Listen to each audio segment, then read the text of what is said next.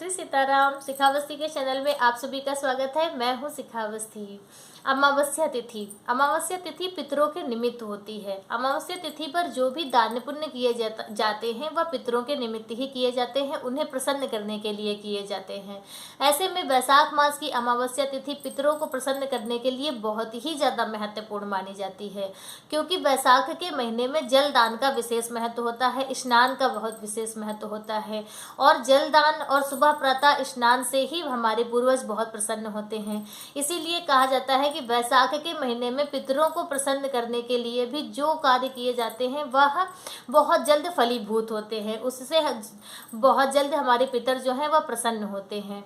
तो वैशाख मास की अमावस्या तिथि वर्ष 2024 में कौन से दिन मनाई जाएगी वह जान लेते हैं। अमावस्या तिथि पर कौन कौन से शुभ कार्य करने हैं और कौन कौन से कार्य हैं जो भूल कर भी अमावस्या तिथि पर नहीं करने चाहिए। तो चलिए वीडियो की शुरुआत करते हैं। उससे पहले आप सभी से एक रिक्वेस्ट है कि मेरे वीडियो को लाइक कीजिए और चैनल को सब्सक्राइब कर लीजिए। अब हम जानते हैं कि अमावस्या तिथि पर कौन कौन से शुभ कार्य करने चाहिए। अमावस्या तिथि पर 5 ऐसे शुभ कार्य बताए गए हैं जो सभी को जरूर करने चाहिए, और इन कार्यों को करने से आपके पूर्वज प्रसन्न होंगे, और जब पूर्वज प्रसन्न होते हैं तब वह आशीर्वाद देते हैं और अब हमारे और आपके घरों में शुभता का आगमन होता है।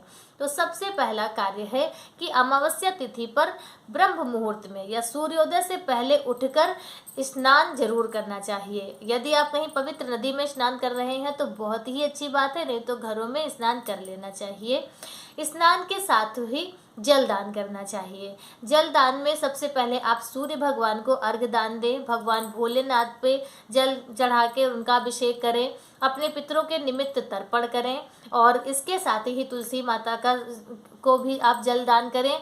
और पीपल वृक्ष को भी जलदान करना चाहिए। अमावस्या तिथि पर पीपल वृक्ष की विशेष रूप से पूजा अर्चना जरूर करनी चाहिए, क्योंकि ऐसी मान्यता है कि पीपल वृक्ष में ही पितरों का वास होता है।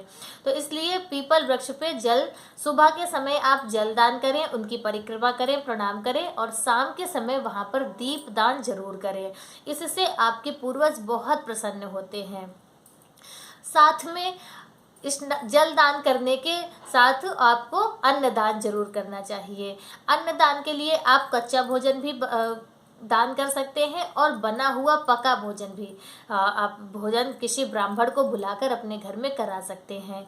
इसी तरह यह भी है कि अमावस्या तिथि, वैशाख मास की अमावस्या तिथि पर सत्तू दान करने का विशेष महत्व बताया जाता है।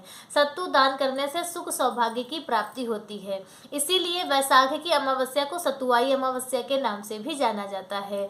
तो इस दिन सत्तू दान करने और खुद स्वयं ग्रहण करने का विशेष महत्व है, और इससे बहुत ही ज़्यादा शुभ होता है और बहुत अच्छा होता है। सभी को जरूर दान करना चाहिए और खाना जरूर चाहिए सत्तू।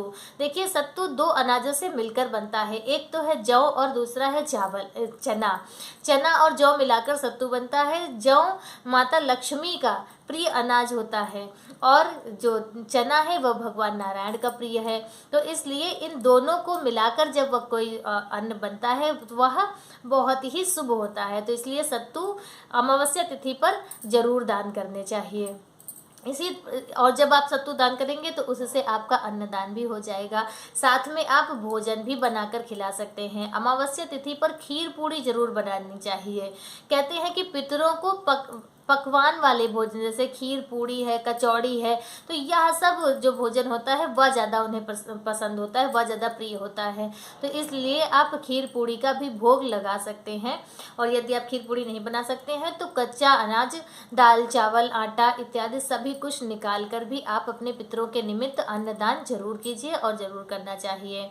ऐसी मान्यता है कि अमावस्या तिथि पर पितृ जो होते हैं वह हमारे घरों पर जरूर आते हैं। हम दहलीज पे, डेहरी जिसे कहते हैं, वहाँ वह आते हैं, और जो कुछ भी जलदान, अन्नदान, जो कुछ भी उनके निमित्त निकाला जाता है वह उन्हें प्राप्त होता है। उससे वह प्रसन्न होते हैं और आशीर्वाद देते हैं।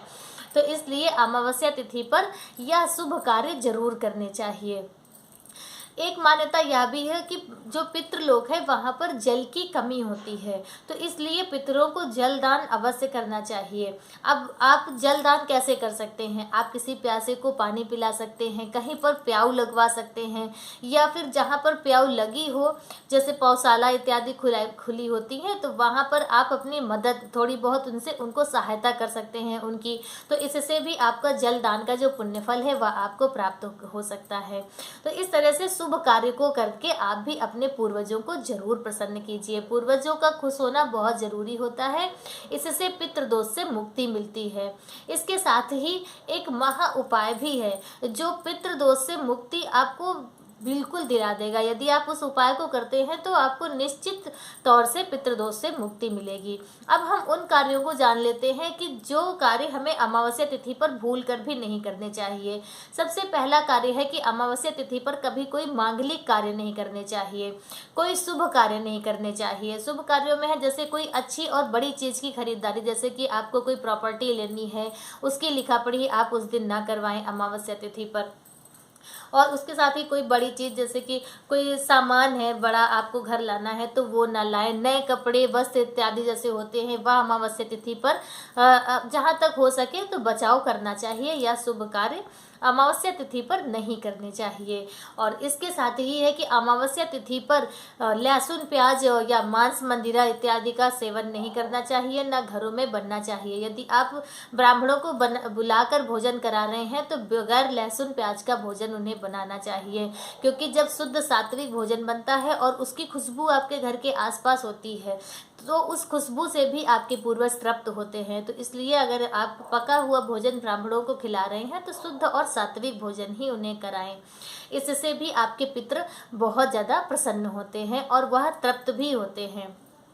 तो इस तरह के शुभ कार्यों को करके आप अपने पूर्वजों को प्रसन्न कर सकते हैं। और यह जो अमावस्या तिथि है, खास तौर से वैशाख मास की अमावस्या तिथि पितरों को बहुत ज़्यादा प्रिय है, और इस दिन आपके जो भी आप पुण्यदान करेंगे उसका आपको कई गुना पुण्यफल प्राप्त होगा और इससे आपके पितृ भी प्रसन्न होंगे। अब उस महा उपाय को जान लेते हैं जो पितृदोष से आपको निश्चित तौर से मुक्ति दिलाएगा। वह महा उपाय इस प्रकार से है कि आपको पका हुआ चावल लेना है, जिसे भात कहते हैं। बिल्कुल गीला और पूरा अच्छे से पका हुआ होना चाहिए, जैसे गीला गीला जो बनता है चावल उस तरह का हो। और उसमें आपको दही और गुड़ मिलाना है। दही आप इतना मिलाएं कि बस वो जैसे उसके लड्डू जैसे बन जाएं चावल के, और गुड़ इतना मिलाएं कि चावल आपका मीठा हो जाए। दही की मात्रा कम रखें और फिर उस चावल के लड्डू जैसे बनाकर उन्हें कौवों को खिलाएं। इससे आपके पितृ बहुत जल्द तृप्त होते हैं, बहुत प्रसन्न होते हैं। कौवे अगर उनको अगर मिलता है या भोजन तो सीधे आपके पितरों को मिलता है। इसीलिए कहते हैं कि अमावस्या तिथि पर पशु पक्षियों को भी भोजन अनाज जरूर देना चाहिए। कुत्ते को निकालना चाहिए, गाय को हरा चारा देना चाहिए और उसे अग्रसनी जो निकाली जाती है वह निकालना चाहिए। तो इस तरह से पशु पक्षियों के द्वारा भी हम अपने पितरों को प्रसन्न कर सकते हैं। तो यह शुभ कार्य है और इन्हें अमावस्या तिथि पर जरूर रूप से करने चाहिए। तो आज का वीडियो मेरा बस इतना ही। मेरा वीडियो आप सभी को कैसा लगा? यदि मेरे वीडियो से आपको थोड़ी बहुत भी मदद मिलती है कुछ करने के लिए तो प्लीज़ वीडियो को लाइक करें और कमेंट में श्री सीताराम जरूर लिखें। मिलते हैं दूसरे वीडियो में दूसरी जानकारी के साथ। तब तक के लिए श्री सीताराम।